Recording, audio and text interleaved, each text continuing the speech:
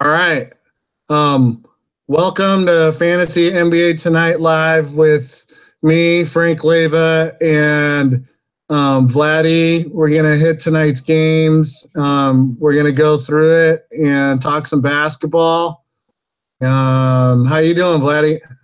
Doing great. Fresh off a flight, nice hour and a half from Portland to San Francisco.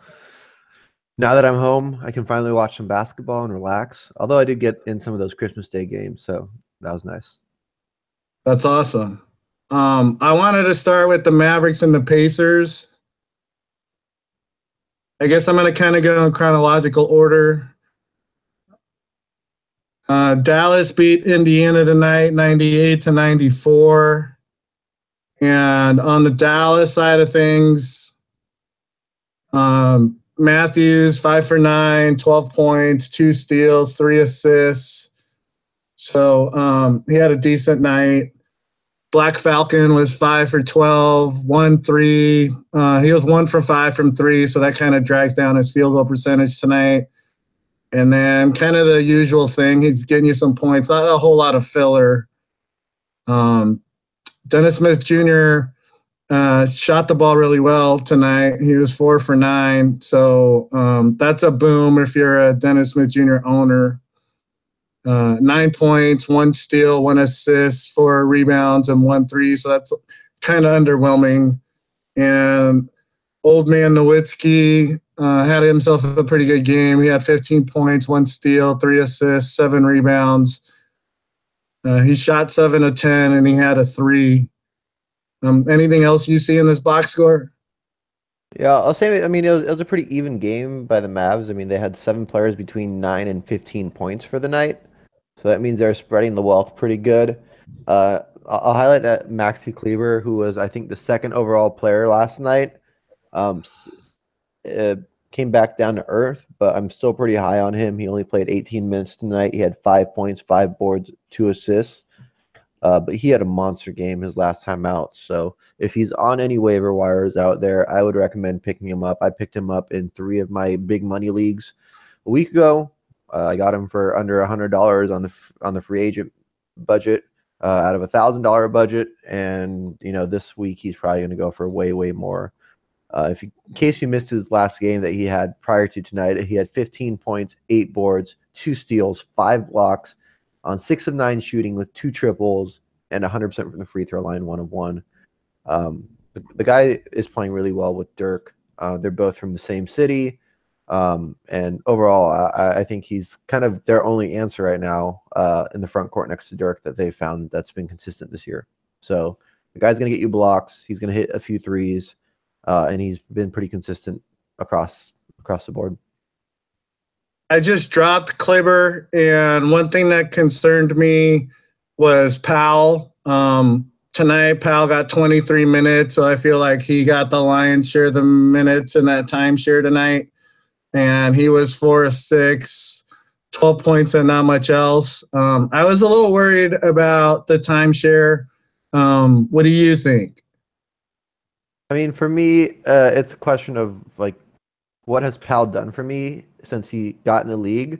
And the answer is he hasn't done much. I guess like he's had every opportunity thus far to produce as a player, to contribute in very different ways, whether it's scoring or defensively for the Mavs, and he hasn't like stepped up really. And that's why I prefer Cleaver, just because he's an unknown commodity. He's new. He's not too young as a rookie. He's a rookie, but he's 25 years old. He's been playing professionally overseas for a while. So that's kind of where I like him. I didn't watch that game at all tonight. I'm gonna assume that Miles Turner was probably giving it to him, and Cleaver, while he's been in professional basketball for a while, I don't know if he's ready for someone like Miles Turner. So I would assume Dwight Powell might be a better matchup for Miles Turner. I mean, Mesri also got Um, about 8 minutes tonight. for example, I dropped Kleber for Bell in Golden State. What do you think of that? I think that's a fair move. I like Bell a lot too. I think ideally, if I'm in charge in Golden State, I would say Bell can start over Pachulia because he gives the starting lineup something interesting. That said, I don't know if they rock the boat that much, and if Pachulia ends up starting, I don't see Golden State staying big enough minutes on a consistent basis to help Bell out. So I think the real bet there is either A, Pachulia gets hurt long term, or B, Steve Kerr changes his lineup and goes bigger with Bell, which could happen. But I don't know. The main thing I would say there is Steve Kerr, while he plays his rookies, he hasn't ever really been willing to change the lineup, because you could possibly say that McGee is better than Pachulia, but yeah, I don't know. That's I kind of my went 2 cents on it. I'm not against it either way. I went with Bell just because he's a per minute monster. Yep. Yeah, no, I definitely Um, agree. I think Bell's gonna get you more per minute. With Klaber, I think the nice thing is that I think he's still settling in. I don't think that he's hit a stride, and he's started like about 20 games for the Mavs now. So I my think whole I think Kleber could settle in long term and have nice minutes down the second stretch of the season. Yeah, exactly. Yeah, and I think for me, it's always I'm trying to find a guy that I think is guaranteed to be like a difference maker on a night in, night out basis. Not a guy that might pick a DMP clutch decision. And as of right now, with people getting healthy in Golden State, between Draymond, Durant, and Zaza being healthy right now, it just becomes complicated. I don't know.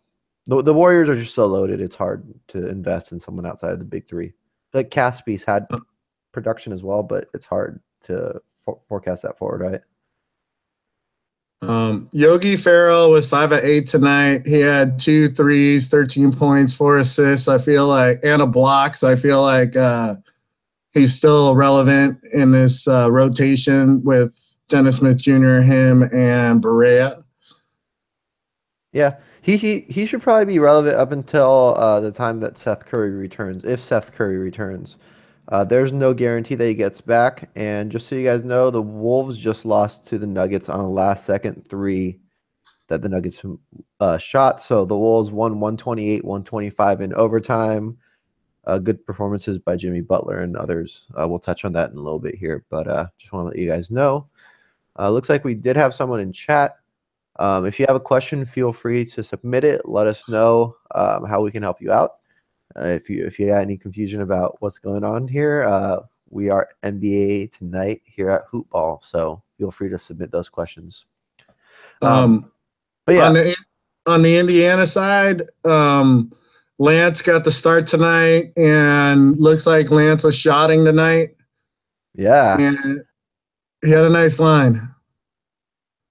yeah. I mean, it's nice. I think it seems like he stepped into that Victor Oladipo role, was hyper aggressive. He had 15 boards as their starting two guard, so he definitely took it to Wesley Matthews and everybody else there in Dallas in terms of getting 15 boards over them. Uh, Looking at his field goal percentage, he's what 7 of 12 from the field today, so that's awesome. He hit 2 threes, had 2 steals, 5 assists to boot.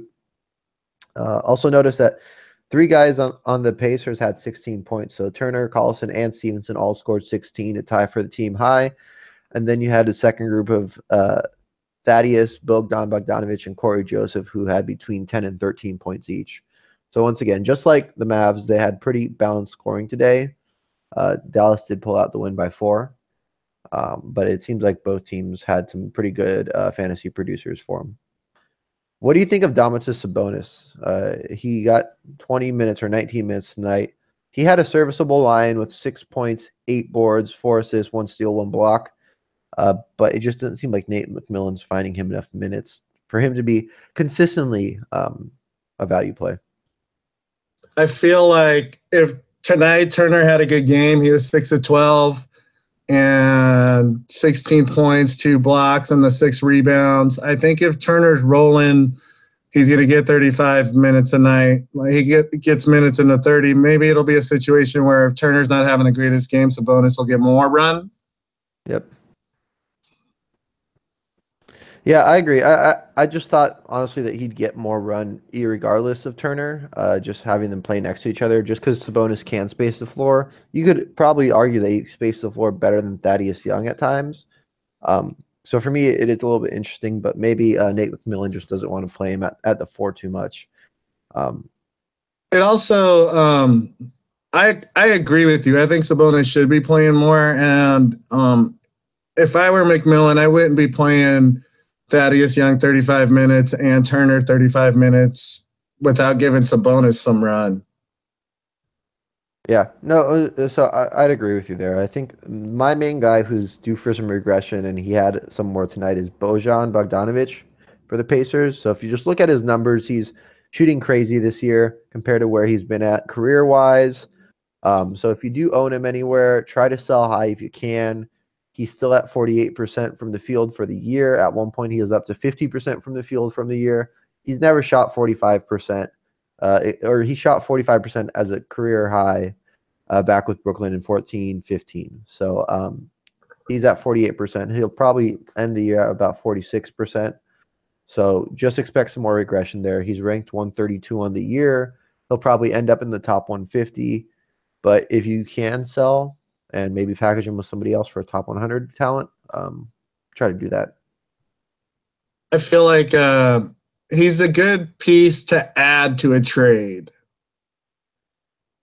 Exactly. Yeah. I mean, it just matters what kind of league you're in. I mean, I'm in a 30 teamer. I don't own him, but if I was in a 30 teamer, he might be one of the two centerpieces where I tried to trade like two guys that are outside the top 100 for a guy that's right on the cusp of a top 100 position. But yeah, it's hard. Just look for a guy with more upside. I just my main thing with him is he's going to regress. There's no way that he's going to stay at his current rank of 130. So whenever I have an asset like that or a player like that, I kind of make it my priority to move on from them, whether it's a one-on-one deal or a package deal. Going over to the Celtics versus the Hornets, Boston got the win 102-91. Yeah. And we had Irving and Horford leading the way by scoring. Irving had 21 today, and Horford had 20 points on 73% from the field. So while Irving wasn't shooting too hot at 42%, Horford definitely brought the goods today. He filled up the box score too. He had 4 threes, 11 boards, 1 assist, 1 steal, 1 block. He didn't shoot any free throws though, but from my $2, I think Al Horford is the guy that makes that whole team tick right now, especially since Hayward went out. Folks thought it might be Yeah, Irving, but really I see Horford playing that kind of central role that LeBron used to play for Cleveland. I feel in real basketball, he's underrated, like when you rank centers. But like you said, he's very important. He can do a lot of things. And he kind of is the hub to that offense quite a bit. Yeah, no, he's definitely. If you have him, you should be happy with where you drafted him. I'm sure he's bringing much more value than where you drafted him. I will touch on the fact that Jaylen Brown was out today for them, which got the start for Marcus Smart, but he performed poorly. He shot 22% on 9 shots, so only 2 for 9.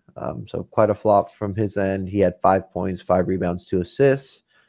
Um, the main guy that stepped up in his absence was Terry Rozier. So Smart and Rozier are kind of repeatable for me from a fantasy standpoint. They do very different things out on the court. Rozier is a little bit smaller. He's a little bit peskier as just like a speedy guy. Harder to defend from that angle. Smart obviously is a little bit larger, can defend positions 1 through 3. He's going to get you a little bit more of the defensive stats, but they both don't shoot high efficiency shots. So Rozier today, though, he did have a highly efficient night. He shot 50%. He hit 15 points with 3 triples, 4 boards, 4 assists. So, if you have a slot open there and you are starting to get a little bit annoyed with Jaylen Brown like I am, maybe consider looking at Rozier as an option. Maybe if you're like in a 14-team league, he's probably not 12-team territory yet, just because of the inconsistency of his role. But yeah, keep an eye out on Rozier. Tatum had a good night as well. And a guy I'm a fan of, but it's just really going to be about opportunity for him, Shane Larkin. He played well. If for whatever reason Shane Larkin ends up on a team that's tanking at the end of the year and he has the opportunity to start, he'll produce for you. So just keep an eye out for him in case for some reason he gets cut or traded to like a bottom seller team like the Nets. that need a starting guard at that point. All right. Let's go over to the Charlotte side. And hey, really quick, we did have a question. Shang Lam, who's asked a few questions before. So hey, welcome back to the broadcast. Thanks for the question. The question is Gortat. Should he drop him for Dedmon or Chris? 11 teams, 9 cats, roto. Latest news on Dedmon is he's returning soon in the next 2 weeks or so. And then Chris is who Chris is. So let me pull up both these guys and look at their recent stats. I definitely own both of these guys in 2 different leagues, and I don't own Gortat for what it's worth. Looking at Chris here, he's not getting anywhere close to the production you'd want to have from him if you're going to pick him up, unless you're looking for specific stats like blocks that he's going to help you out in. Besides that, I mean, the guy's outside the top 200 in 8 cat, and in 9 cat, he's going to be even worse. He's 233 on the year, 340 over the last 2 weeks. So definitely not for Chris. What are your thoughts on Dedmon versus Gortat? And as far as all 3 of them go, I feel like Dedmon's the safe play. He had a good start to the season, nice percentages. He was hitting the 3 ball a little bit, and he's in my IR spot right now, so I'm looking forward to getting him back. I feel like Dedmon's a safe play. I'm a little worried about his minutes going forward because they're on a tanking team, and I feel like Collins is balling. I feel like Chris is a lottery ticket. So I think depending on where you are in the standings, what stats your team might need, I can't get off of the Marquise Chris situation. I keep dropping them and picking them up and dropping them and picking them up. And I picked him up again recently, and he's played better the last 3-5 games. I think he's had 3 okay games out of the last 5 games he's played, and I'm hoping the minutes are going to trend up a little bit. If I were to rank them, I would probably go Dedmon 1 and Chris 2 with Gotart last. Okay. Gortat. Yeah, I can't disagree with that. I mean, I think Dedmon definitely he has the clearest opportunity to continue to produce as a top player. So on the year, in terms of 8 cat, Dedmon is a top 90 player for you, 84th overall. So he definitely looks like the best pickup. I agree on the minutes with John Collins coming on, but I will just say that Collins has a very different skill set.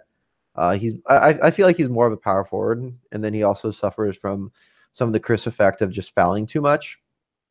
So I agree. I would go with Dedmon. If you want that lottery ticket in terms of the block specifically, pick up Chris. Just don't expect anything until the trade deadline. My assumption is that Phoenix is going to move one of their 3 centers or cut one of their 3 centers before the trade deadline. And at that point, Chris might have a more consistent path to minutes. But up until then, just if you pick up Chris, he's not startable in my opinion. Yeah, he's just on my bench just in case he goes off. I don't know how much longer I'm going to give him, but we'll see. Yeah, I had to pull the plug on Chris. I actually dropped him for Cleaver in a couple of leagues just because those leagues I have a 4-person bench, and it means that if there's someone's injured, like one of my leagues, I have 5 injured guys, and I'm starting Aaron Gordon this week, just hoping that he plays 1 or 2 games. So yeah, it just matters on your bench situation. But yeah, I think the clear answer right now is go get Dedmon if you can, as long as you can stomach the fact that he's probably not going to be back till about the 2nd week of January, maybe the end of the 1st week of January. All right. Into the Charlotte Hornets side of it. Dwight Howard, 3 for 10. It's not so great. 6 of 10 from the free throw line. Could have been worse. He did have 17 rebounds and 2 blocks and 12 points. Kemba, 9 for 22. Not the greatest night, but he had 4 threes, which is nice. 5 assists. Didn't get any steals or blocks. And Marvin, 13 and 9 with 1 3. He shot 5 for 10. Batum was a little underwhelming tonight. He was 3 for 9 with 1 3. The 4 steals are nice. He did have 7 points. And Michael Kidd Gilchrist, 5 for 9, 13 points, 1 block, 2 assists, 4 rebounds, and 25 minutes, which I find interesting. I think if you're a Kidd Gilchrist owner, I think you'd like to see that closer to 30. Yeah, I mean, Kid Gilchrist is not going to get you many stats to begin with, so he needs to get the minutes to be productive. And yeah, I don't know. I think Charlotte's going to be moving on from Kid Gilchrist sometime in the near future. It's just a weird feeling that I'm getting. He's missed a lot of games randomly this year. I know they recently gave him a contract, I believe. But like the guy had some personal time off. He hasn't continued to develop the way they're looking for. He used to take threes. Now he's completely abandoned that project. Yeah, it's hard. It's hard. Michael Kidd Gilchrist, he should be a little bit more talented, but it seems like either the chemistry isn't there with his teammates, the coach doesn't trust him, something's going on there. Where I think a change of scenery would be great for that guy. I also feel like from the time he got drafted to now, basketball has changed a lot. And maybe the thinking was you could live with the subpar shooting back then, but now guys have to be able to shoot. Well, when Kawhi Leonard got drafted, he couldn't shoot. I think it's all about work ethic and about the coaching staff and really about the ability of a player to, I guess, execute on it, right? There's, in my opinion, just given the age of Michael Kidd Gilchrist and everything else, he's what, 24 right now. He by now should have been able to develop a consistent looking 3-point shot. He isn't taking it for some reason, whether or not he developed it. He was at half a 3-pointer made per game 2 years ago in 15-16. So he was making it. He was taking it. That year, he still shot 54% from the field. But something between now and then hasn't resulted him in shooting threes anymore. So I feel like his mechanics are the equivalent of Charles Barkley's golf swing. Well, that also has gotten better over time. So I guess my whole point is that, like you said, the NBA's changed since he was drafted. It seems like he had the opportunity to do that. Sometimes I feel like some of these defensive guys don't have that hunger to score on offense. They're okay just deferring. And then that ends up kind of biting them in the ass where they get passed up by a guy like Jeremy Lamb or something who's going to be a little bit more aggressive and give your team a different look. So, yeah, it's hard to own Michael Kidd Gilchrist unless you need the defensive stats. The steal and the block per game is really where all of his value is. So if you're in a roto league and you need a steal and a block per game with about 10 points and some boards from your small forward, power forward, definitely hold on to him. He's going to get you that. But if you're looking for good field goal percentage or, good free throw percentage or any kind of threes or anything in the assist category, he's not going to be your guy. So I think he's just a specialist. But yeah.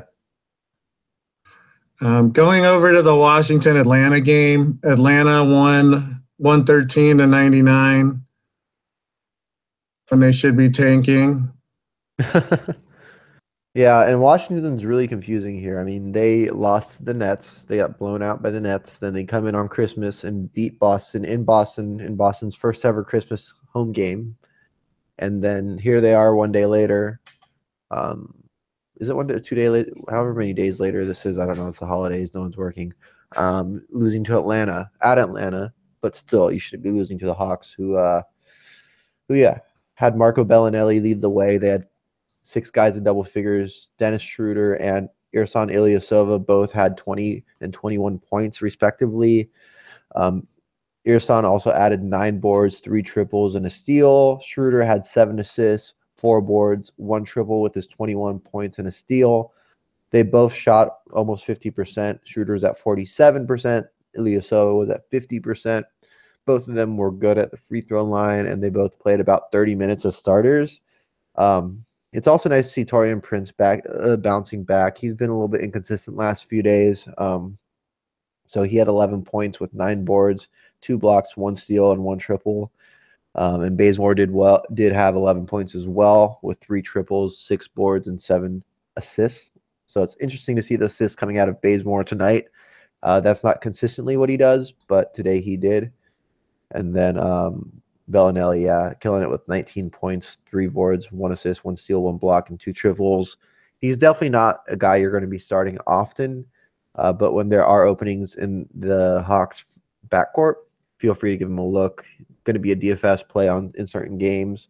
And John Collins, we touched on him earlier. He had 3 blocks, 2 assists, 8 points, and 8 boards. He shot 57% from the field. So he definitely has some value there in terms of the blocks. He only played 24 minutes, but that's still good to see. He only had 3 fouls during those 24 minutes. Any thoughts on the Hawk side, Frank? I feel like Collins at 24 minutes a game. He's productive. He's a great piece to have on your team, and I think the minutes are only going to go up as the season progresses. So right now, Torian Prince is ranked 100 overall in 9-cat on the year. Over the last 2 weeks, he's been at 140. Do you think he's going to go up or down from there between now and the All-Star break? So not after the All-Star break, but between now and the All-Star break. I think he's going to go up. I think he's going to ball out for the rest of the year. I could see them making some moves. I could see them maybe trading a Bellinelli or some of the older guys. Yeah, no, I definitely agree. I think it'll be interesting to see what teams start to sell off. I mean, even Deadman, who we mentioned, he recently signed a contract with them, but he will be a trade candidate once I believe it's like mid-January rolls around. I think it's January like 15th. You're able to then trade anyone who you just signed. So definitely agree with you there that I think he's gonna have more opportunity and get more playing time consistently. He's playing about 31 minutes a game right now, but if he has a bad game, sometimes he gets yanked for an extended period I of could time. see us. I could see a situation where they play Bays less. They could play Bellinelli less. I think that they kind of want to see what they've got in Bembry, so I expect him to get minutes down the stretch. But I think Prince's minutes are safe, and I think his role's safe. I think his role could actually grow. Yeah, no, I agree. I think it's going to be about how much he wants to go out and take it. So, given Frank and I agree, if you guys have Chris in any of your leagues and you don't own him, you might be able to get a nice buy low offer in. He's 84th overall in 8-cat for the year, but over the last 2 weeks, he's at 100 overall, 126 overall in the last week. So he's been playing poorly even in the last week here. Really, the culprit there is his field goal percentage is down from 44% down to 34%. So that should correct itself, and that will help him get his scoring up as well. All the other stats are right in line in terms of his rebounds, assists, steals, and blocks. So once that percentage goes up, so will his threes and his points. Let's go over to the Washington side. Awesome. Let's do it. Bradley Beal continued to ball out. He led the Wizards in scoring. He had 20 points on the night, followed up by Markieff Morris, who had 18 points, 8 boards.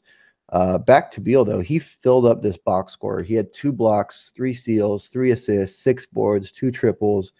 Only downside here is he was 37% shooting on 19 field goals. So he did bring you down a little bit in your field goal percentage, but he was 4 of 4 from the line. You like to see him be aggressive. One concern for me as a John Wall owner is he played horribly again today. He had 10 points with 11 assists and 1 board and 57% from the line. Going into the Christmas Day game, I don't know why, but I got worried that John Wall was injured and hadn't been playing for a while. I have him in one of my leagues.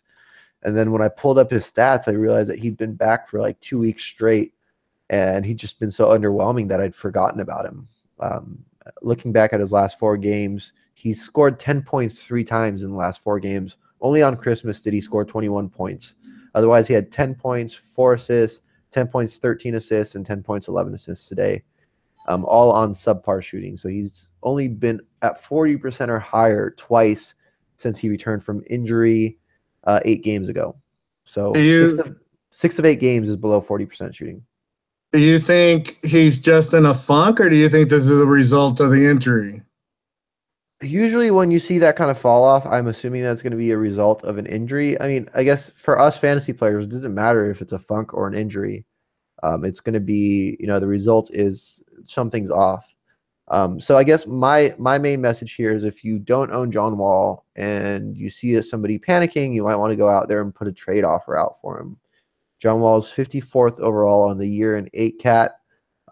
And last year he finished 8-cat, 13th overall, the year before 11th overall, and the year before 10th overall. So he's going to be able to get hot really quickly.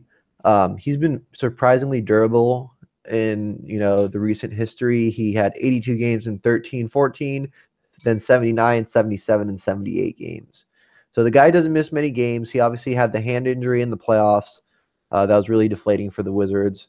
But overall, if John Wall's out there on the trade wire for whatever reason, consider making a trade for him. One thing that I'm considering, I don't know if I should do it, but I was considering offering a trade of Lonzo Ball for John Wall in a 30-team keeper league. And I'm kind of on the fence on it. The reason why is I think I could get something done with that, with John Wall being in the 50s and Lonzo Ball being in the 70s on the year right now. That's close enough where I could probably add in a piece, but also given it's a keeper league and Lonzo's a rookie, that kind of helps me close that gap with the assumption that Wall is going to play way better post All-Star break than Lonzo. But that's not a given, so I don't know. And plus, I enjoy watching Lonzo play. It's just exciting to see a new player come out and get some stuff done. Otto Porter had a good night. He was 6 of 13. He had a 3, 7 rebounds, 2 steals and a block, and 15 points. Yeah, Otto Porter, I think, is a player that I'm excited about. If you own him, you should be pretty happy. His field goal percentage is sterling. The guy shoots well. He plays good defense. He's kind of a prototypical non all-star power forward or small forward for me. I don't really know what else you could want from a guy playing that position. That said, I do see we have a question in the chat right now from KJ Lee. So hey there, KJ. The question is 9-cat, 12-team head-to-head. He has Courtney Lee, Rondae Hollis-Jefferson, Bojan Bogdanovic, and Dinwiddie, and he wants to drop somebody for Ish Smith. And the choices of who to drop for Ish Smith would be Jordan Bell, Karis LeVert, John Henson, Milos Teodosic, Lamb from Charlotte, or Justin Holiday. Any thoughts there, Adrian? Any of these guys worth dropping for Ish Smith? So Bell, LeVert, Henson, Teodosic, Lamb, and Holiday? Yeah. For me, I'd say Justin Holiday, but you're the Chicago expert there. I wouldn't worry about keeping Justin Holiday. I'm not crazy about Lamb's minutes. Teodosic, I think he's gonna trend up. Henson, I think Henson is what Henson is. Of the guys mentioned, I do like LeVert a lot right now. And Bell, I'm assuming he means Jordan Bell. So of those guys, I would probably drop Justin Holiday to pick up Ish. Okay, so actually the question was, KJ has Courtney Lee, Rondae Hollis-Jefferson, Bojan, and Dinwiddie, and then the other guys listed are all on the waiver wire.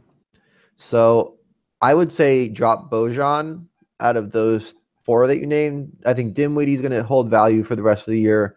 Rondae Hollis-Jefferson should continue to get better, especially just with the kind of moves that you've seen the Nets make in terms of trading away Trevor Booker. I think his role is only going to grow there. Courtney Lee is in an interesting situation as well. I think the Knicks want to be as competitive as possible this year, and they do have some injury problems in terms of like Jared Jack could easily get hurt. Kristaps has had a hard time staying out on the field. So Courtney Lee is going to have a high usage rate, so I would not drop him. Earlier on in the show, I think I touched on Bojan, which is just saying that he's been outperforming, where he should be on the year just because he's shooting so crazy.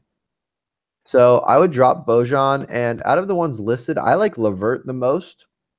I think Ish Smith could also be a good play, but I'd probably say LeVert number 1, Ish Smith number 2, and then throw it between Teodosic and Henson based on what kind of stats you're looking for. What are your thoughts there, Frank? That's how I would have it. I would have it Ish and LeVert. I would drop Bojan. I do like Bell and Teodosic. I I think his role is going to get better as the year goes on. Yeah. As an example, I recently traded Jalen Brown for Karis LeVert, and he's giving you lots of great stats. You can play him at the 2 or the 3, and the nice thing is his assists are really high right now. So over the last month, he's averaging 5 assists a game with 14 points to boot, and 1.6 threes, 1.3 steals on 49% shooting. So out of all those guys, I'd say Karis would be the guy you want to go with.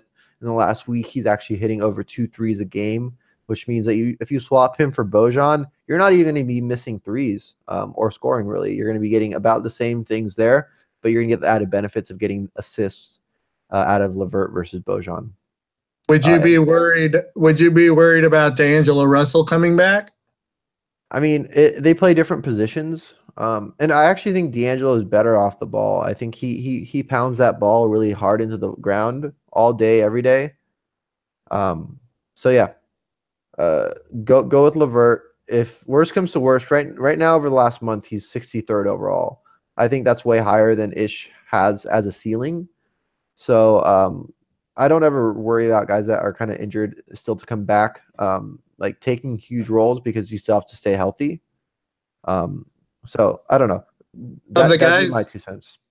of the guys mentioned, I do like Teodosic's role and minute situation. Yeah, I definitely do too. I think Teodosic is up there. You could argue him versus Ish Smith. I think Ish Smith is, I guess, a sexier pick in some ways because there's an unknown with him in terms of like what's he gonna look like as a starter with this year's Detroit Pistons. While Reggie Jackson's out 6 to 8 weeks. If this is a waiver wire situation, he probably might even have a higher bid than Levert. But I definitely like Levert a lot more. Yeah, I like Levert too. He handled the ball a lot at Michigan. Yeah, I honestly I was not expecting that this from him this year. So it's been a pleasant surprise. I drafted him in like one league maybe or 2 leagues, but I've definitely been moving in on him as much as possible. Like I said, even trading Jalen Brown for him. A lot of people felt he was lottery talent had he not gotten hurt all the time because he was hurt a lot at Michigan. Okay. Yeah, that's good to know. I will be the first to admit that my college knowledge is it's definitely lacking. I specialize on the NBA, so it's good to Well, get that background. the Nets did really well taking him late in the first round because he did have a lot of upside. And as soon as he turns the corner and if he stays healthy, he's going to definitely outplay where he was drafted. And he does have a really nice skill set. Yeah, I agree. We did have another question from Chong Lam on the Teague injury. Yes, so Jeff Teague was hurt today in the fourth quarter. I have not been keeping really close tabs on it, but it seemed like it was pretty bad because based on what I read, he couldn't put any weight on his leg. He had to be helped to the locker room, which means that Tyus Jones could also be a possible pickup for you. I would still have Levert over Tyus Jones or Ish Smith. That said, who would you want in terms of Ish Smith or Tyus Jones if both Reggie Jackson and Jeff Teague are out for equal amount of games, Frank? I probably would want Tyus Jones. Yeah. Yeah, and I'll agree with you there, specifically because your main man, Thibs, he plays his players into the ground. So if Tyus Jones is starting, he's going to average like 38 minutes a game. And then once Teague is back, he's going to play like no minutes a game. So Also, also, I feel like he's a pure point guard. He's probably more of a pure point than Teague is. He's gonna do what Tibbs wants. He's gonna run the offense. He's really smart.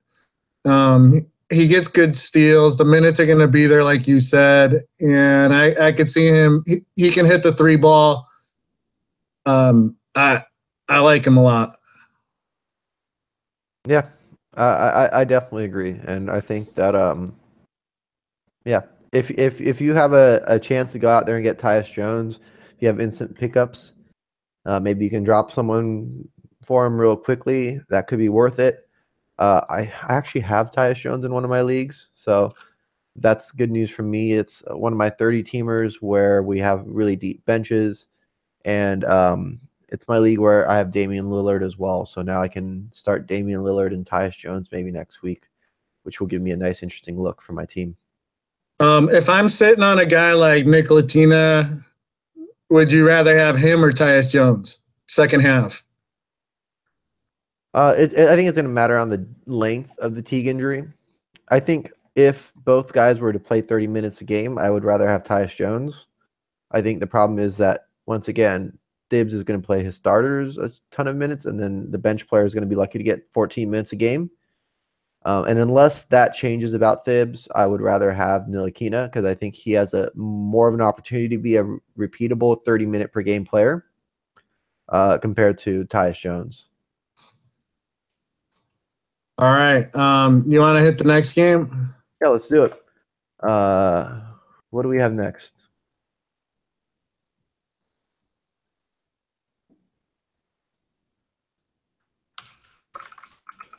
The next game would be the Nuggets and the Timberwolves. Perfect timing.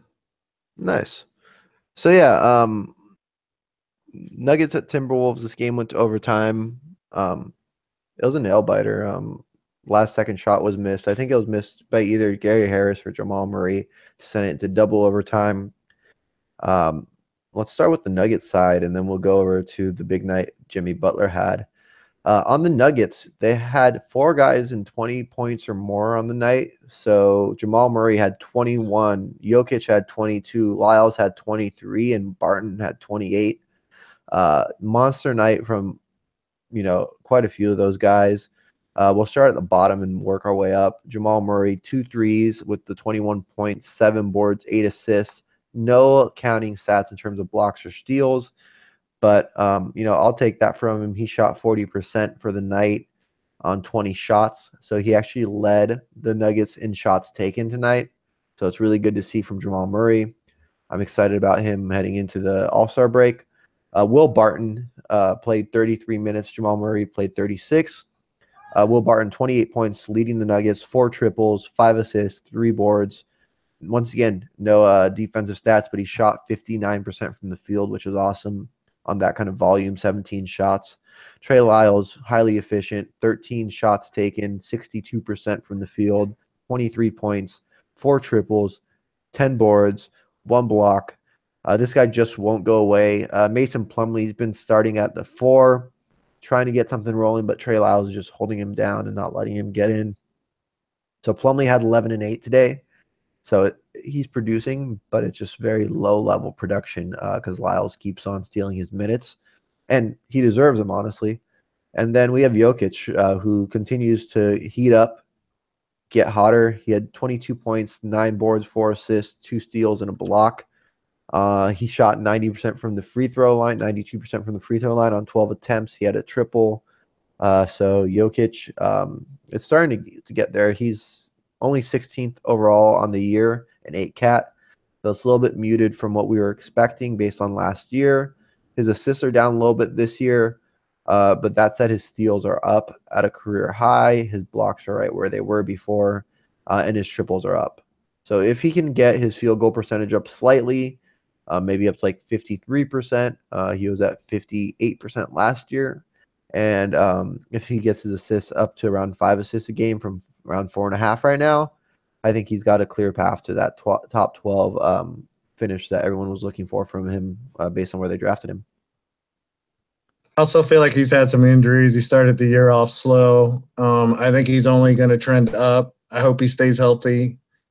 Yep. And speaking of Lyles, he's been coming on. I was never a huge Lyles fan, and he's proving me wrong. I underestimated him. And it's making that trade look a little bit better because it was pretty lopsided when they got Lyles and they gave up the pick that became Donovan Mitchell. Yeah.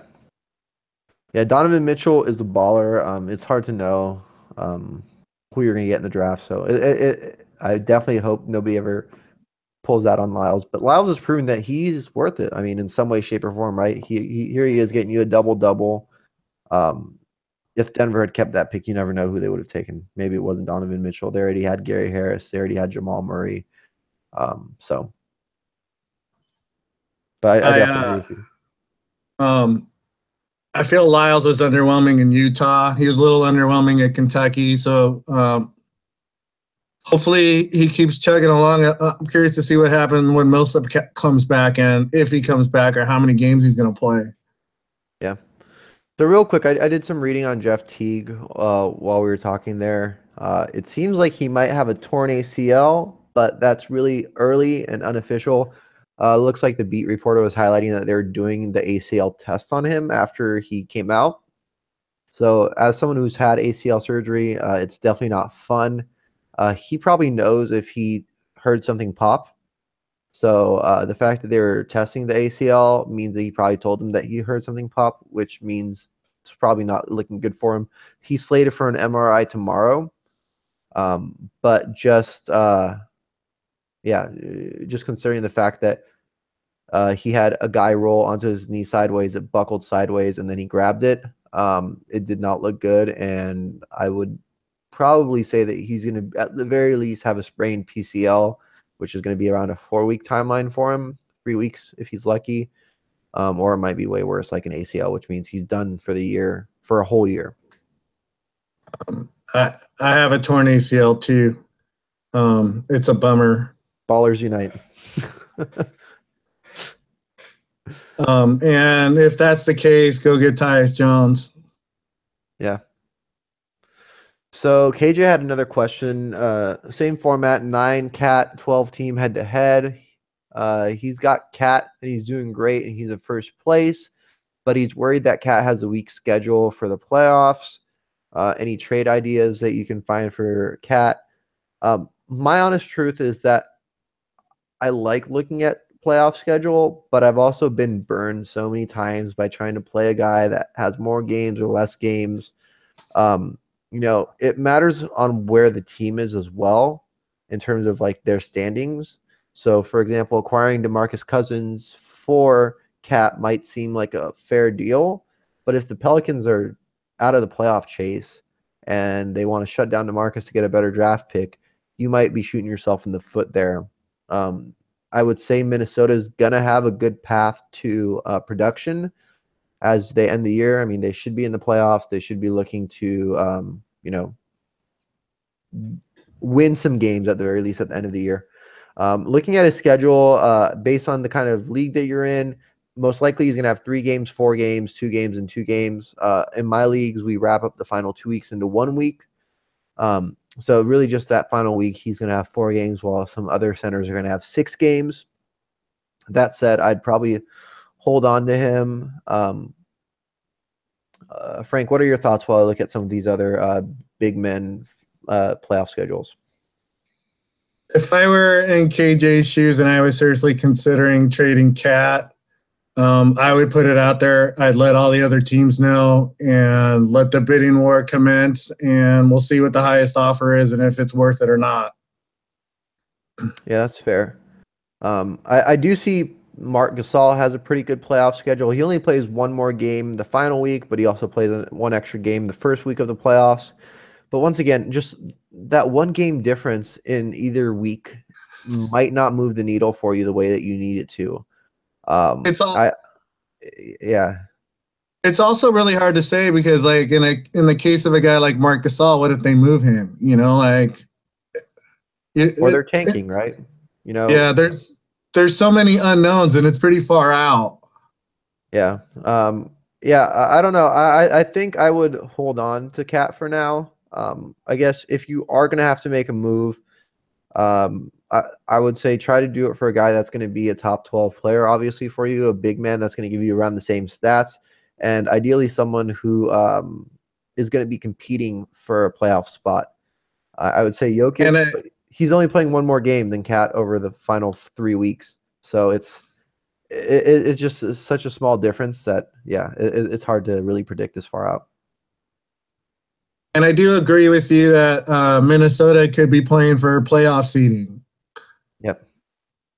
Yeah, and I think also a guy like Thibs isn't going to rest his guys, if anything. So Out of all the teams out there, if you're asking me about LaMarcus Aldridge or maybe even like someone like Jokic, I could see Jokic maybe get rested by Malone or whoever his coach is right now. I think it's Mike Malone, just because they have a seed locked up. Where I think even if the Wolves had a seed locked up, Tibbs might not rest his guys.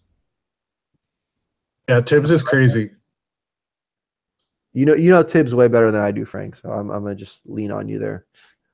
Yeah, he's insane. So yeah, don't worry about Cat unless you find something really crazy for him. Fantasy Um, owners love Tibbs. yeah, All right. Will Barton went nuts, as you mentioned. He's in a contract year. I like him a lot. Are you bummed that Portland didn't hold on to him? I mean, I think that it was okay because we didn't know what we had, and honestly, it was a place that he needed a change of scenery, and so did Portland. And the reason why I say that is he continually got hurt with Portland. So I'm really happy for him, being out there in Denver. He's finally gotten healthy. I don't know if it's the Portland training staff, the Portland water, uh, who he was living with in Portland or whatever else. But something changed since he got to Denver. He's gotten healthier. Maybe it's the high atmosphere. He's in better shape or something. But the bottom line is Will Barton is healthy. So I'm happy for him. I enjoy watching him play. He plays with reckless abandon, but he plays under control at the same time. So Let's go over to the Minnesota side. let's do it. Amazing night by Jimmy Buckets. 39 points for Jimmy Butler. 3 triples, 4 boards, 5 assists, 1 steal on 50% shooting on 20 shots, and then 89% shooting from the free throw line on 18 free throws. So he was marching to the line. He was putting up shots. Really, he carried them this whole game, even in overtime. Another big performance was by Karl Anthony Towns. He had a double-double, 14 and 13 with 4 blocks, 6 assists, and 2 triples on 50% shooting, but he didn't shoot any free throws, which, you always want to see some free throws out of Karl Anthony Towns. So there is still some room for improvement there. Jeff Teague had a good night before going out in the fourth quarter, right at the end of the game, 13 seconds to go. He had 11 points, 10 assists, 5 boards, and 2 steals on 42% shooting. Then we got the other 2 starters rounding up the top 5 fantasy players from Minnesota. So once again, 5 starters from Minnesota. Those guys are going to be the top 5 producers from them almost every dang night. So Taj Gibson, 20 points, 4 rebounds, 2 assists, 1 block, 75% from the field, 2 of 3 from the line. And Andrew Wiggins, he's finally starting to have a good game. Nice to see for the guy. He's just been ice cold, not able to hit anything. He had 21 points with 5 triples tonight, 1 block, 3 boards. I'm not a huge Andrew Wiggins fan. Don't want to ask me about him. I think he's pretty similar to Harrison Barnes. You expect so much more out of him, but he's really just a scorer and nothing else. I'll add that Jamal Crawford had another nice game if you're using him in DFS or streaming him for any specific reason. 12 points, 3 assists, 1 steal. Jang brought in the end of the pack here of somebody who was worthy of some mention tonight with 6 points, 1 triple, 5 boards, 1 assist, and 1 block. Not much else I'm seeing here from Minnesota, but I think the real takeaway is Jimmy Butler is running this team. He has Tibbs' trust. And even if Teague's out, watch Jimmy Butler to be kind of the engine and the calming hand in Minnesota. I feel like Jimmy tried to defer it first, and he tried to fit in, and they weren't winning. So he went Jimmy Butler alpha dog and took over, and now he's leading that train. Yeah, and I think that that's needed for a team that's as young as the Wolves are. When you have 2 leading scorers in Towns/Wiggins that haven't really established themselves in this league yet, they don't seem like the most like vocal guys. I think Towns maybe more so than Wiggins is vocal, but even then, it doesn't sound like or seem like they're really that outgoing. Um, Definitely, it's better for Jimmy to play his role, to not be muted, to go out there and be comfortable. So I think that's what we're really seeing now is the comfort level out of Butler and the rest of the Wolves, which is awesome to see. I also feel like Jimmy's Thibodeau's pit bull. Like that's his big dog. Look at Jimmy, follow Jimmy's example, do what Jimmy does, and that's it. Yeah, and I think that's a good role for him. And I mean, the guys know each other, so I think Tibbs can ride Jimmy as hard as he wants, and Jimmy's expecting that because he was his coach when he was a rookie, and I'm sure Tibbs doesn't give rookies any kind of slack, or if he does, it's very minimal. Yeah, Jimmy Butler wasn't very productive as a rookie. Yeah. So, and Jimmy Butler is once again another guy that was big on in terms of the fact that he didn't really have a jumper when he came in the league. He was a defensive specialist, similar to Michael Kidd-Gilchrist, but he developed on a team that had a mission. Once again, I think it's like Michael Kidd-Gilchrist has been on a team that's never really won. They've never made it far in the playoffs. I think that really stunts a young guy's growth, which was opposite for Jimmy. He came into a team that was a playoff contender. They had Luol Deng there. They had all your favorite power forwards, be it Gibson or Carlos Boozer, Joakim Noah, and so forth.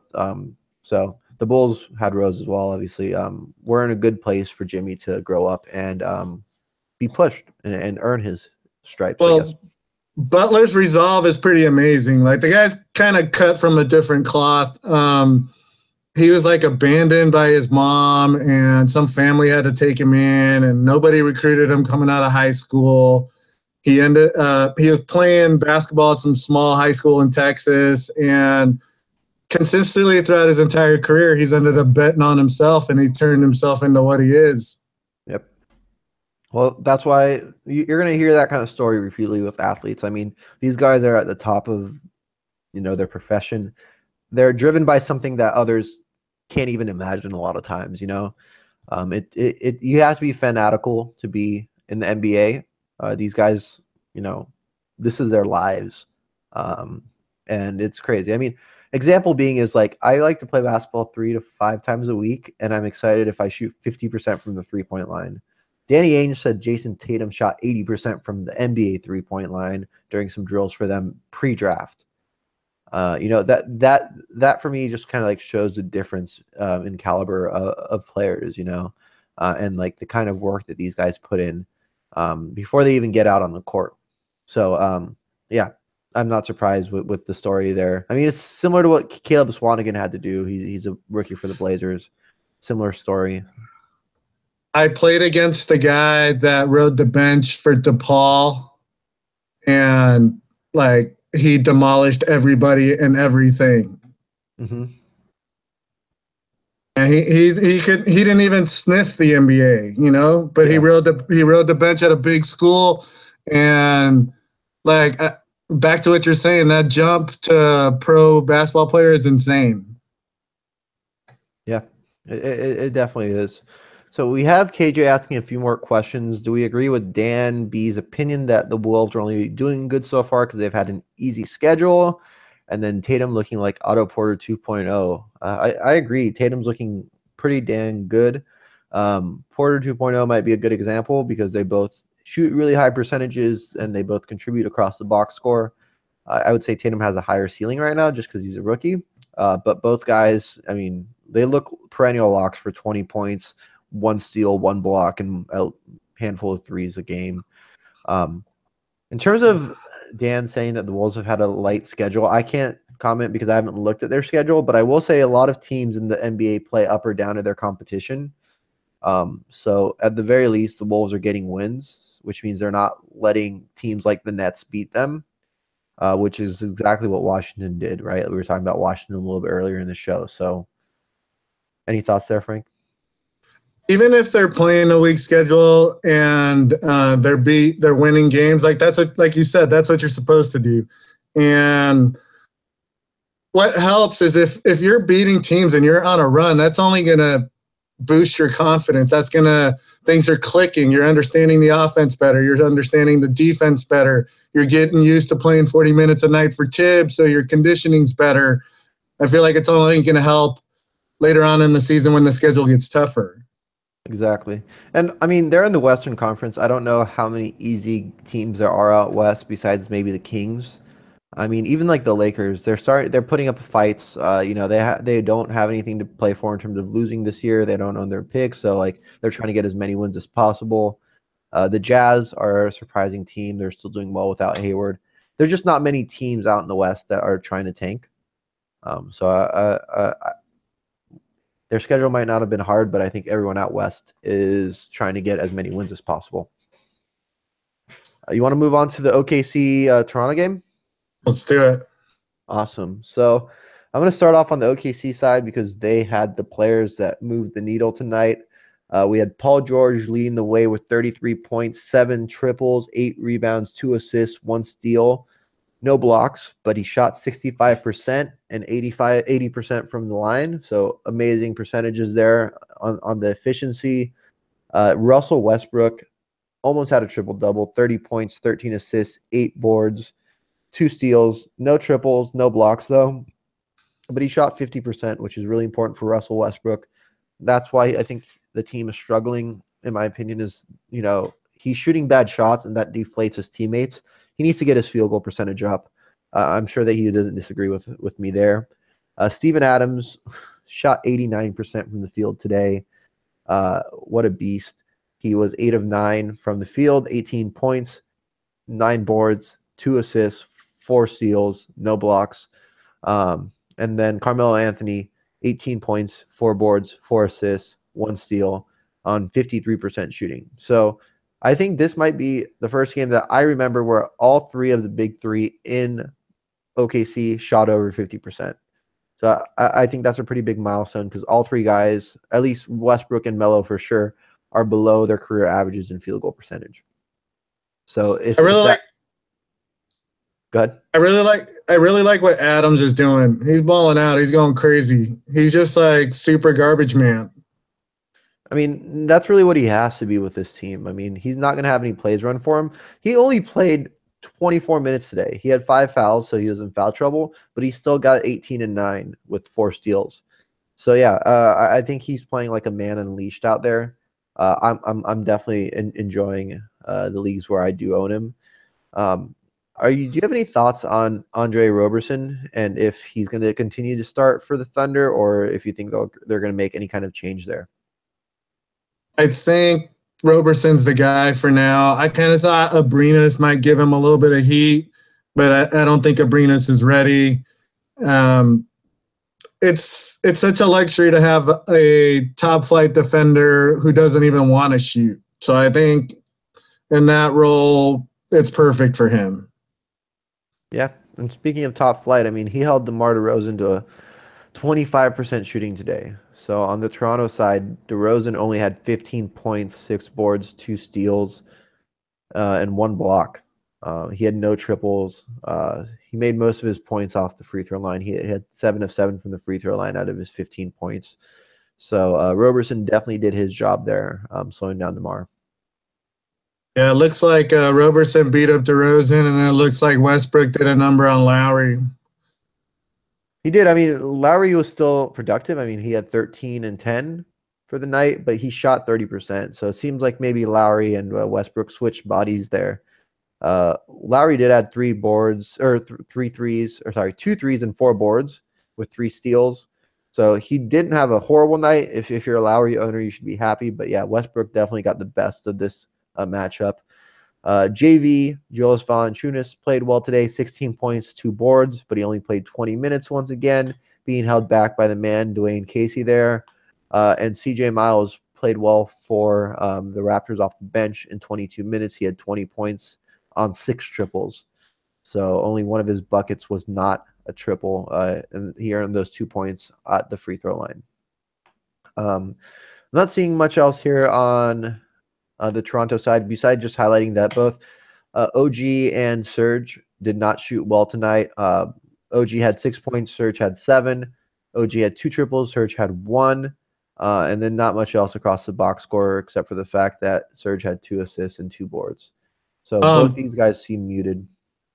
One thing that I do see is Poto timeshare Valanciunas, and you could even say he outplayed him because he ended up having 13 and 6, and he was 6 for 8 with a block. Yeah. Yeah, I don't know. It's confusing. I don't know even if Valanciunas was gone, if Podol or Sakiam would be playing more. It just seems like Casey doesn't like playing big men a lot of minutes, but he likes to play big men in general. But he doesn't like to give it all to one big. I would have thought that Serge would have been playing more center, but he's not. But yeah, I don't know. Dwayne Casey and I don't always see eye to eye on his rotations, and it's a little bit confusing on the offense that he runs. I wonder if I agree with you. I hate Casey. I wonder if Valanciunas, if they're going to look to move him because they've got pretty good production out of Jakob Poeltl at a much cheaper cost. Yeah, I think the hard thing there is that they're winning. So you don't want to change a dynamic if you're winning. I think that's definitely something that they need to look at this offseason when they get kicked out of the second or third round of the playoffs again. And they don't really, I think moving Valanciunas opens up cap space. They can maybe get a different player in. But once again, it's difficult. I always get pretty confused when these teams that have a guy that's in a good stage in their development and they draft another player in the exact same position as him. So, I mean, the Kings did it with DeMarcus Cousins and they drafted a few power forwards centers in a row in the lottery. That was kind of writing on the wall. DeMarcus was confused about it as well. And then the Raptors did the exact same thing here, drafting back-to-back centers while having Valanciunas, who still wasn't getting a full flight of minutes. So, I don't know. For me, it's confusing that you're going to spend the time to develop a guy like Valanciunas and then never fully unleash him. I feel like Casey kind of messed him up. I feel like they asked him to bulk up. I think that hurt him a little bit. I think he should have stayed lean and he'd be better on the pick and roll on defense. So I feel like some of the reasons that Casey doesn't like him and doesn't play him is kind of Casey's fault. Yeah, it's hard to know. It's hard, and that's why I didn't draft him in any leagues this year. So sad for the guy, but I'm happy to not own him. What game do you want to do next? Nets or Pelicans or Knicks and Bulls?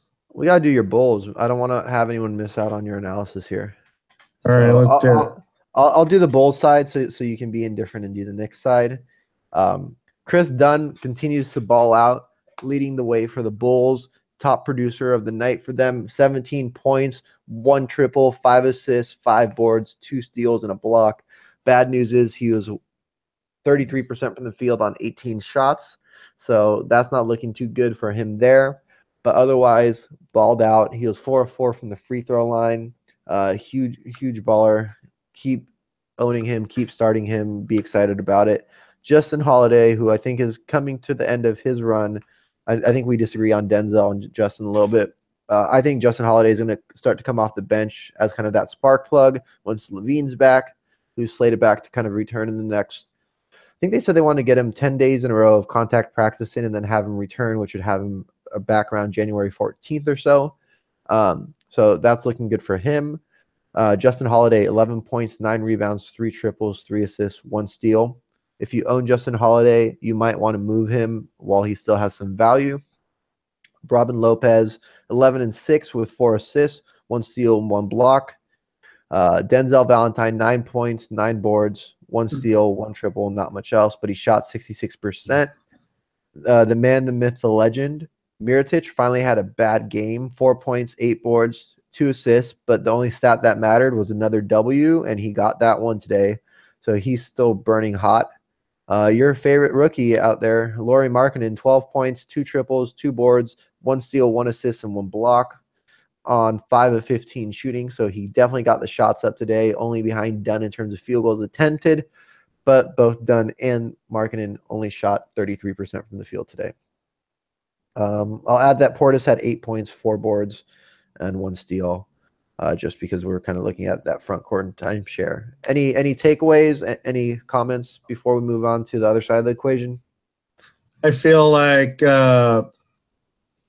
Porzingis gave Mirotic the business tonight. Markkanen matches up better with him size-wise. I think they had to play Lopez 30 minutes tonight because he had to match up with Cantor. So Bobby was kind of the victim tonight.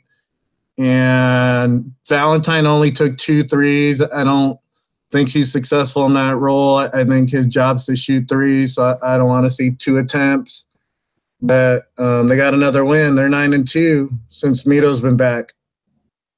Is this another win streak? They've won 2 in a row. Are we going to go out and win another 7 in a row here? I hope not. I hope they make some trades. I want to see Holiday gone. I want to see Lopez gone. I want to see maybe Grant, Zipser, maybe Portis. I'm not sure. I want a tank. So then don't you want Mirotic gone too? If the price is right. I got a question for you. I'm on a Chicago Bulls forum, and this came up today, and I was wondering what you think. Would you do Mirotic for Myers Leonard and Portland's first-round pick this year? And are you asking me as a Blazer fan or as a Bulls fan? As a Blazers fan. I probably would as a Blazer fan. But I also think that we might be able to get away with it with just 2 second-rounders instead of a first, just based on kind of the value that you're getting out of players. I know he's not disgruntled anymore, but I know that the Bulls need to make a trade. So as a GM, I'd probably offer 2 seconds and just highlight that, hey, DeMarcus Cousins went for 1 first. There's a lot of trades recently that have happened that haven't had that many picks included. I also don't know if I was the Bulls, I might not want someone like Myers Leonard. I don't want another big. Maybe I'd want somebody on a different kind of contract that's expiring. So Myers just got an extension last year. So I think Portland's money is so bad because they got bad money tied up in Myers, Harkless, and Evan Turner. I think for them to get better, they need an injection. I know that we talked about before that maybe Zach Collins could be that guy, but a guy like Mirotic added to Nurkic, CJ, and Lillard could be a huge boost. Oh, I definitely agree. I think the main thing the Blazers need is some more spacing. And Aminu's been doing crazy this year. He's shooting a career high. He's close to 50% from the 3-point line. That's going to regress at some point. But for now, I'm enjoying it as a Blazer fan. Somebody like Mirotic would be perfect for us. We need a big that can score, that can distribute. So I would be down with it. I think maybe someone like Harkless or Turner would actually make more sense for the Bulls based on the fact that I don't see you guys really having any small forwards with size. Seems like you guys have a lot of 2 guards playing small forward, kind of in a pinch. I think Valentine's a little bit undersized to be a 3. I know Holiday's undersized to be a 3. Nwaba's undersized height-wise to be a 3. I know he's got really long arms. So maybe someone like a Harkless or a Turner could be a better fit for you guys. So yeah. What are your thoughts on either of those 2 guys instead of Leonard? I was a big Mo Harkless fan, and I wanted the Bulls to get him when he was still in Orlando. But this season, I'm not too crazy about it. I hate Evan Turner, so I don't want him on the Bulls. And as far as Myers go, I feel like his money's so bad that would be a salary dump for the first-round pick. Yeah, exactly. And maybe that's why they have to include a first-round pick is because he is a salary dump. Yeah, it'll be interesting to see what the Blazers do. I am frustrated that they don't make enough moves during the season, personally. But yeah. Let's go over to the New York side. It's all you, my man. Porzingis was 9 for 22, 1 3, 23 points, 3 blocks, a steal, an assist, 6 rebounds. Dougie, nobody gave him the memo that it was a revenge game. So McDermott was 1 for 6, 6 rebounds, 3 points, no threes. Lee, someone that we talked about earlier, got up 18 shots. He was 7 of 18, 3 threes, 17 points, 4 assists, 3 rebounds. So I feel like his usage is up with no Tim Hardaway Jr. Cantor had a bit of an off night. He was 2 for 7, 4 points, 11 rebounds. I feel like Robin Lopez kind of took it to him tonight. And Jared Jack, one thing that I'm keeping a close eye on is Jared Jack's minutes versus Frank Ntilikina's minutes. And tonight, Jack played 20 minutes. He was 5 of 8. He had 11 points and 8 assists, 4 rebounds. Speaking of Ntilikina, he had 6 points, a block, a steal, 4 assists, 5 rebounds. And I feel like Frank got more run tonight because of Chris Dunn.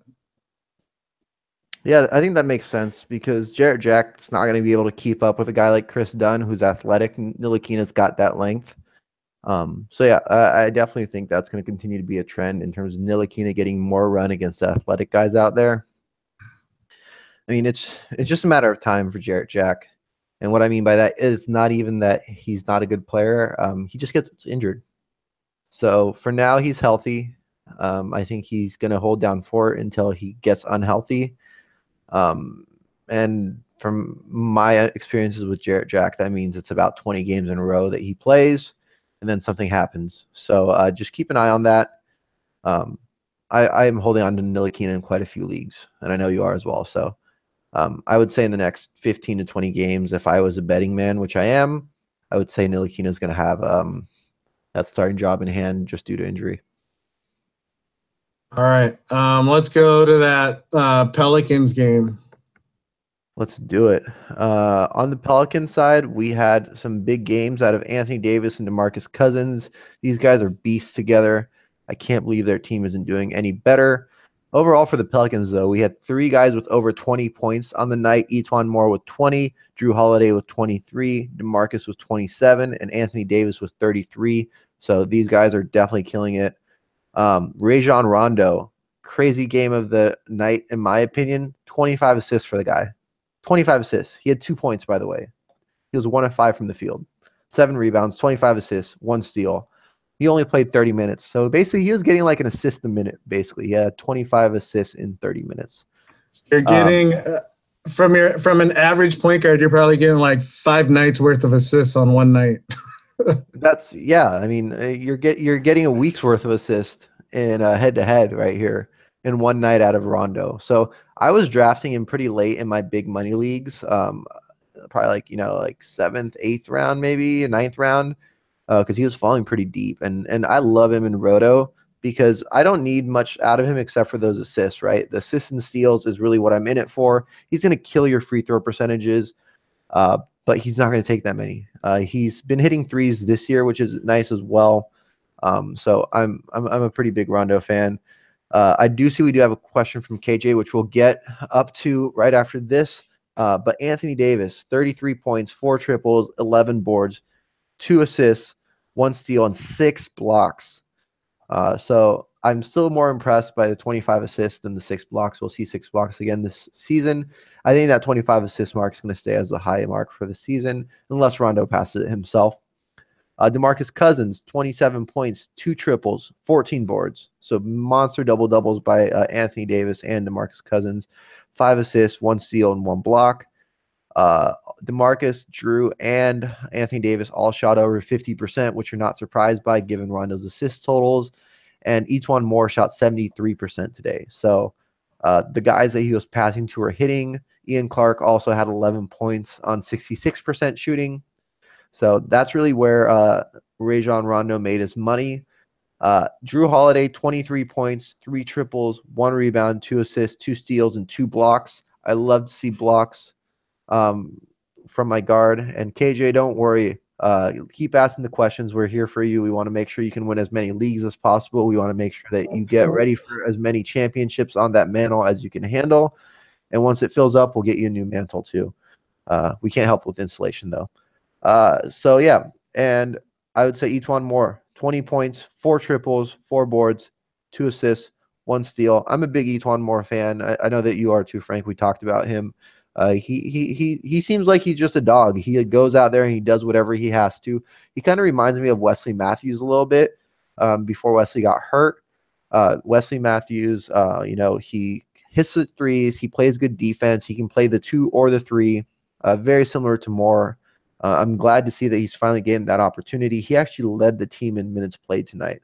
So Etuan Moore had 38 minutes played, which is surprising to see, I guess, but not too bad because I'd rather have him play more minutes than everybody else because Boogie, Davis, Drew, and Rondo are all a little bit more injury prone, in my opinion, than each one more. So let Moore get the most minutes every night, and I'll be happy.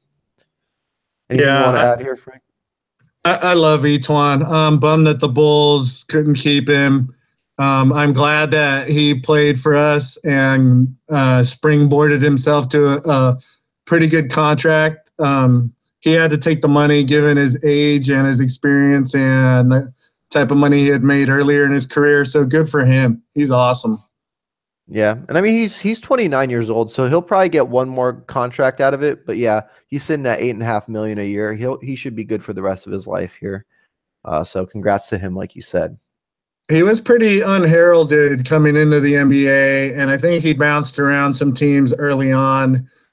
But good for him. He's a great guard. Yeah, I agree. I think he can play almost. He can play the point if you need to in a pinch. He can play the three if he needs to as well. He was the 55th pick in 2011, so he definitely came off the bottom of the barrel and made it to the top. So maybe that's kind of why he reminds me of Wes Matthews, who was undrafted himself. So even a lower pick, I guess, if that counts. Um, KJ did have a question, so Frank, I want to give you the opportunity to recap this half, but let's answer the question here before we move on. It's the first season in a dynasty 30-team league, 9-cat, head-to-head. KJ's in third place, so his 2 draft picks will likely be low. What kind of players do you think he could get for his picks in a trade?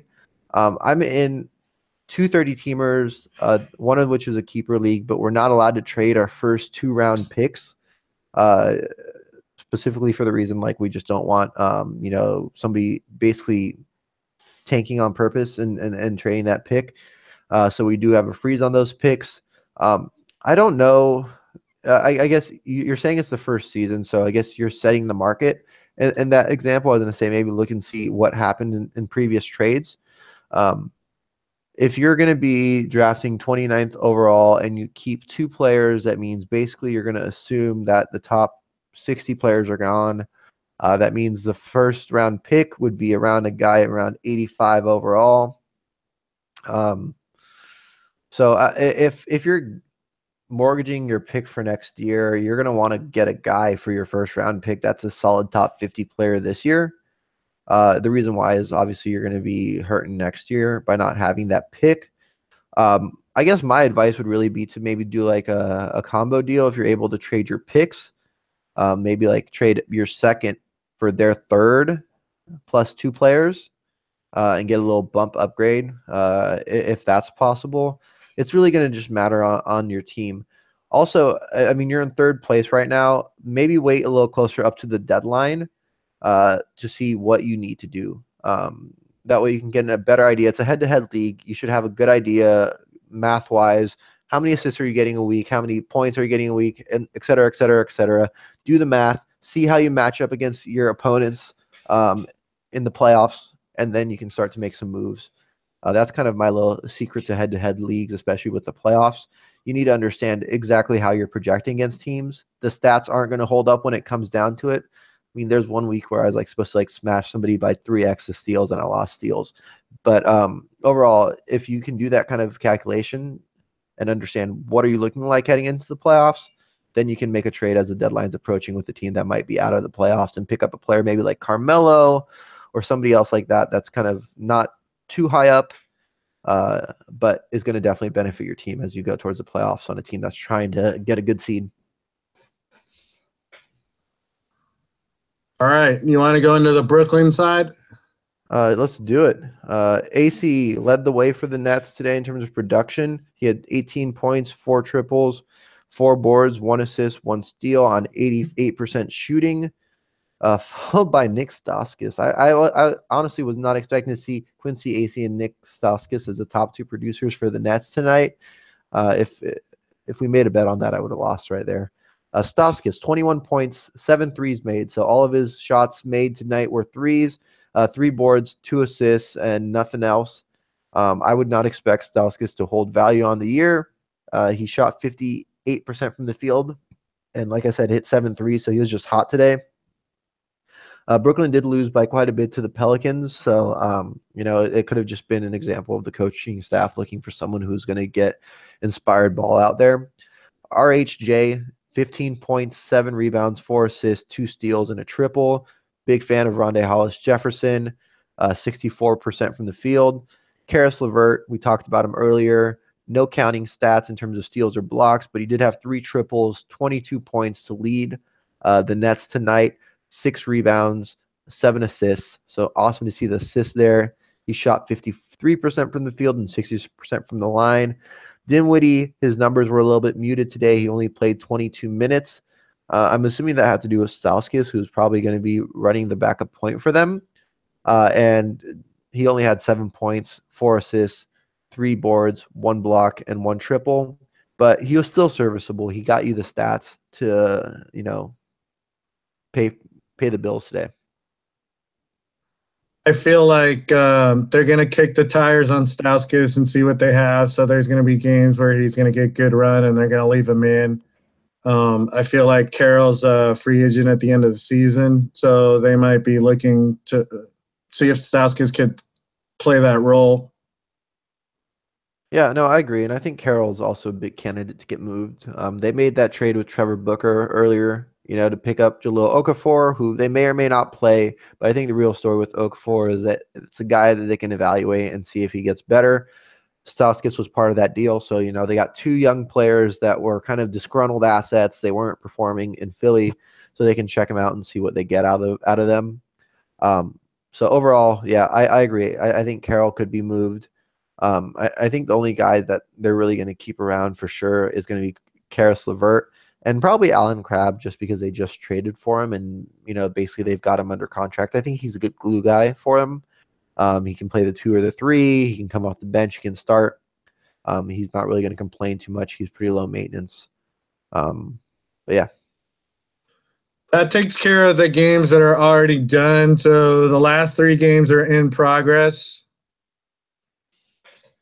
Yeah, so let's quickly just touch on them to see who's blowing up. I'm watching the Cleveland Sacramento game. Sacramento's up by 12 right now with 7 minutes, a little bit more than 7 minutes left in the game. Bojan Bogdanovic is blowing up for the Kings tonight, other than the guy in Indiana. So this is the guy in Sacramento. He's got 16 points, 3 triples, 3 boards, 7 assists, 4 steals, 1 block on 86% shooting from the field, and 1 of 1 from the free throw line. So as of right now, he is outperforming both Kevin Love and LeBron James in terms of total value on the day in 8 cat leagues. Awesome to see from him.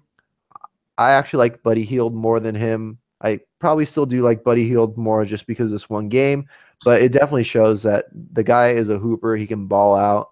And I think maybe what would be best is if he starts at the 3 and Hield starts at the 2 long term. But it seems like right now they're happy with Hield coming off the bench and kind of being that spark plug for them, as is Bojan right now. Neither of these guys are starting.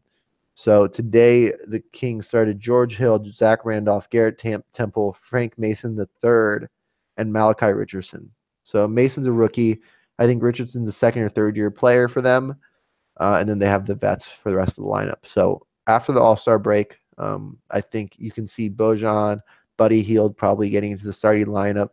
Willie Cauley-Stein has been starting thus far this year. Today he came off the bench, but he's being productive with 14 points, 6 rebounds, 4 assists, and 1 block. And just because it might be our last chance to say the name, Vince Carter, just having a vintage night, 17 points, 3 triples, 3 boards, 2 assists, 1 steal, 1 block. He's also shooting 88% from the field. So he's actually out here guarding LeBron, giving him all he's got. So it's definitely a fun game to watch right now with the Kings up 89-84, and they have the ball. Any thoughts on the Cleveland side or on Sacramento side, Frank? No, I've been keeping an eye on Bogdanovic. I like his outlook in the second half. He's not your typical rookie. He's pretty seasoned. He played some big ball in Europe, so I like his outlook. And Vince Carter's awesome. Yeah, I'll be happy if I can keep saying Vince Carter's name for a while. I mean, The guy's reinvented himself. He's fun to watch. He shoots at the three. He has a beautiful stroke. He still elevates well. I mean, it's just amazing to watch. I might have to go out there and watch a game in Sacramento just to get another Vince Carter sighting. And he just hit a three right over the extended hand of Jeff Green, right in his face. He was a few feet behind the 3-point line, 101.87. He's trying to get this win against LeBron. It's kind of it's basically his finals game right here. He's got 20 points on 8 of 9 shooting. Let's go over to the Cleveland side. Yep. We got K-Love with 23 points, 4 boards, 3 threes, 2 blocks. LeBron's on a double-double with 14 and 12, 2 boards away from a triple-double. He also has 4 steals, but he's shooting 36% from the field. Jay Crowder is being productive, as is J.R. Smith. Jay's got 8. Smith has 12. All of Smith's points are off triples. And then we have D. Wade, who has 1 steal, 1 block, 1 assist, 2 boards, and 4 points. Everybody else isn't even bringing in enough value to mention thus far in the game for Cleveland. Moving over real quickly, we have Marc Gasol, Tyreke Evans playing well for the Grizzlies. Those two are expected, but with Green out today, we have Jarrell Martin starting. He's being productive thus far. It's only the third quarter with 9 minutes to go against the Lakers. He's got 10 points, 5 boards, and a block on 66% shooting. I like Martin. I made a prediction earlier this year that he would be starting at the 4 by the end of the year instead of JaMychal Green. I'm not a big JaMychal Green fan. I think Jarrell Martin does a little bit more in terms of his aggressiveness, his explosiveness, and he's going to get you more than Green does if he continues to develop. So that's kind of just my 2 cents there. On the Lakers side, Larry Nance Jr. is having the most productive game out of all the Lakers thus far, but he's come off the bench today, only played 12 minutes so far, but he has 6 points, 5 boards, 1 assist, 1 steal on 75% shooting. The only Laker in double figures is Brandon Ingram with 12, but he only has 1 steal, 1 block, and 2 assists thus far. And he's shooting really poorly from the free throw line. He's 4 of 9 from the free throw line, so that's bringing down his value on the night. Kuzma's got 7 points, 4 boards so far, but he's shot 16 times, and he's under 20% from the field. So that's what happens sometimes when you're a volume shooter. You have really cold nights. So Kuzma, get your field goal percentage up, please. I own you in 1 league. But yeah, 18% is pretty bad on 16 shots from Kuzma. And then quickly looking at the Utah game, we have Favors and Thabo Cephalosha bringing some value in Utah versus Golden State. Favors has 13 and 9 thus far, and 15 and 9 already on 66% shooting. Cephalosha's got 1 steal, 1 block, 6 boards, 9 points, and 1 triple. He's shooting 44% from the field. Donovan Mitchell, he's shooting ice cold, 13% from the field, 4 points, 4 boards, 2 steals, 2 assists, 1 block. So at least he's getting you the counting stats. He also has a triple. Ricky Rubio, watch, 2 points, 2 assists, 2 boards, 1 steal thus far. Not playing horribly, but he's not doing anything that you expect him to do, which is get a lot of assists. Everybody else on the Utah Jazz not really worth mentioning thus far. On the Warriors side, Durant's got 13 to lead the way with 4 boards, 2 assists, a block, and a triple. And then the next leading scorer is Draymond Green, which is interesting. I'm a bit disappointed with Klay Thompson. I thought he'd step up with Curry out, but he just continued doing what Klay does. He stays consistent. He does what he does. He doesn't really get outside of his lane, which is good in some ways and frustrating in others. That said, Green has 12 points, 2 triples, 6 boards, 5 assists on 5 of 9 shooting. So he's having a good shooting night tonight. And then really Sean Livingston's having an okay night if you use him as DFS streamer. 6 points, 2 rebounds, 2 assists, 2 steals, and a block. So yeah, if either KJ or Chong or anybody else on the stream has any questions, feel free to submit them. I think Frank and I will be wrapping up here shortly. Any thoughts, Frank? I know I kind of blew through all 3 of those games really quickly. No, no, that's awesome. The only thing I'm looking at for Golden State, because I just picked them up, I'm keeping an eye on Bell. 7 rebounds in 11 minutes, so that's nice. and we'll see how many minutes he gets. Supposedly, Kerr was going to go more Pachulia because Utah's pretty big, and it's unfortunate Mitchell's shooting so bad. I need him to shoot a good percentage tonight because everybody else was shooting a bad percentage in that team in the home league I'm in with Adrian. Yep. And that's about it. Thanks for doing this with me. Hey, I always enjoy it, Frank. And quick Vince Carter update. He's got 22 points already. He really wants this win. It's 103-89. So I'm gonna spend the rest of my night watching a Kings game, which I never thought I'd say. That's awesome. All right, North Frank. Carolina. Oh man, did he even go to college? I thought Vince Carter started playing basketball before that started. Nope. Check this out. He played at North Carolina with Anton Jameson, Yep. Rasheed Wallace, Vince Carter, and Jerry Stackhouse. They were all there at the same time. Yeah. No, I'm definitely a big Rasheed fan. Being a Blazer fan, I know that he played out there with Vince. Yeah, North Carolina used to be the Kentucky back in the good old days. Now I feel like those two programs have swapped spots. But yeah, it's amazing. Half man, half amazing. That's Vince Carter for you. Willie Cauley-Stein just hit one of two free throws, 104-89, 15-point lead for the Kings, 3 minutes, 33 seconds left. So I think with that, Frank and I are signing off. KJ, thanks for the shout out. Glad you enjoyed it. We'll be back here next week. Actually, Frank, you're out next week, right? Thank you, guys. No, I'm going to be on tomorrow, and I think tomorrow might be it. And next week, it'll be Adrian all day, day. Oh man. Well, I'll hope to get him straight and keep him in line. I'll try to give him some bad tips for you guys' home league too. All right, cool. All right. Thanks, KJ. Bye.